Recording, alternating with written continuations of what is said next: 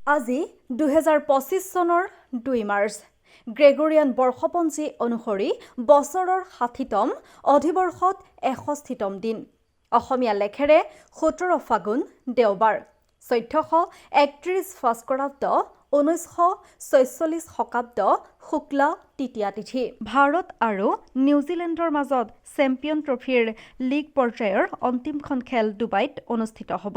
উল্লেখ্য যে ইতিমধ্যে দুয়োটা দলে ছেমি ফাইনেলত প্ৰৱেশ কৰিছে। আজি অসমীয়া সাহিত্য জগতত জোনাকী কাকতৰ জৰিয়তে ৰোমান্টিক যুগৰ সূচনা কৰা অন্যতম কাণ্ডাৰী চন্দ্ৰকুমাৰ আগৰৱালাদেৱৰ আজি মৃত্যু তিথি। তেখেতৰ মৃত্যু 1938 চনৰ 2 মাৰ্চ তাৰিখে। তেওঁৱেই প্ৰথম জোনাকী কাকতত অসমীয়া ৰোমান্টিক কবিতা বনকুঁৱৰী প্ৰকাশ লিখি ৰোমান্টিক যুগৰ দুৱাৰ মুকলি কৰি শুভাৰম্ভ কৰে। তেওঁক প্ৰতিমা খনিকৰ বুলিও কোৱা হয়। তেওঁ কবিতা পুথি দুখন হ'ল প্ৰতিমা আৰু বিন বৈৰাগী। লক্ষ্মীনাথ বেজবৰুৱাদেৱে তেওঁ প্ৰতিমাখনৰ বিষয়ে কৈছিল যে প্ৰতিমাখন সৰু কিন্তু নিভাঁজ সোণৰ।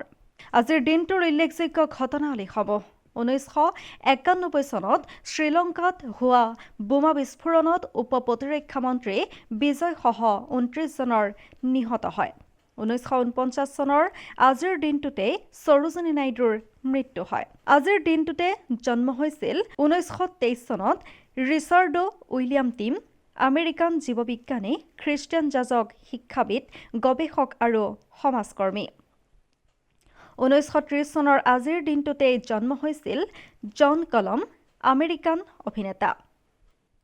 1986 চনৰ আজিৰ দিনটোতেই জন্ম হৈছিল জয়ন্ত তালুকদাৰ, অসমীয়া ধনুৰ্বিদৰ।